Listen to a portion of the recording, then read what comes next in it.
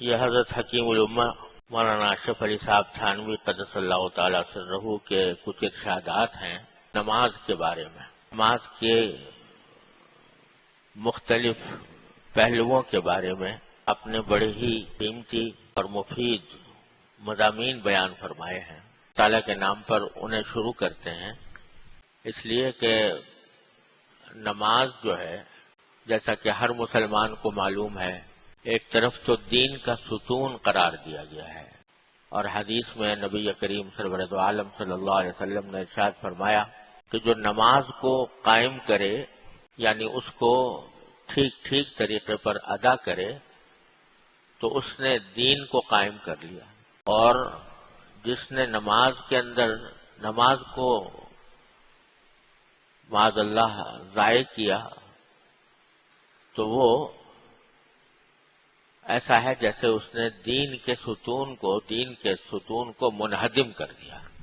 اور اللہ تبارک و تعالی نے نماز کی خاصیت یہ رکھی ہے، یہ انسان کی دینی زندگی کا ایک محور ہے۔ اگر نماز ٹھیک ہو تو پھر دوسری انسان کی زندگی کے اعمال بھی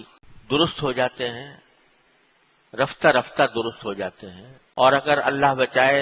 نماز کے اندر خرابی ہو تو پھر دوسرے کام بھی خراب ہوتے ہیں۔ حضرت فاروق اعظم رضی اللہ تعالیٰ عنہ نے اس زمانے میں وہ ساری دنیا کے آدھی دنیا کے پر حکمرانی کرتے تھے، خلیفہ تھے، اور اس ریاست کے بہت سے صوبے تھے، حجاز تھا، عراق تھا، شام تھا، مصر تھا، اور ہر جگہ کے الگ الگ گورنر مقرر تھے۔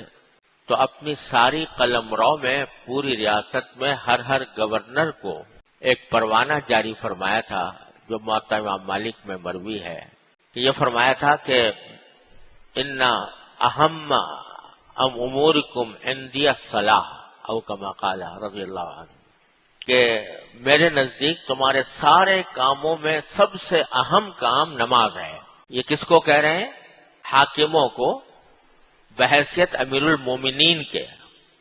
خطاب کر کے فرما رہے ہیں کہ تم جو ریاست کے کام انجام دیتے ہو ان سب کاموں کے اندر سب سے اہم کام میرے نزدیک نماز ہے، تو جو نماز کی حفاظت کر لے گا تو وہ اپنے سارے کاموں کی حفاظت کر لے گا۔ وَمَنْ ضَيَّعَهَا فَهُوَ لِمَا سِوَاهَا أَضْيَعُ، اور جس نے نماز کو ضائع کیا تو وہ دوسرے کاموں کو زیادہ ضائع کرے گا۔ جس کی نماز غلط ہوئی، ضائع ہوئی، صحیح طریقے سے ادا نہ ہوئی، صحیح وقت پر ادا نہ ہوئی، تو اس نے ضائع کیا نماز کو۔ تو جو نماز کو ضائع کرے گا وہ اس کے دوسرے کام اور زیادہ برباد ہوں گے اور زیادہ تباہ ہوں گے۔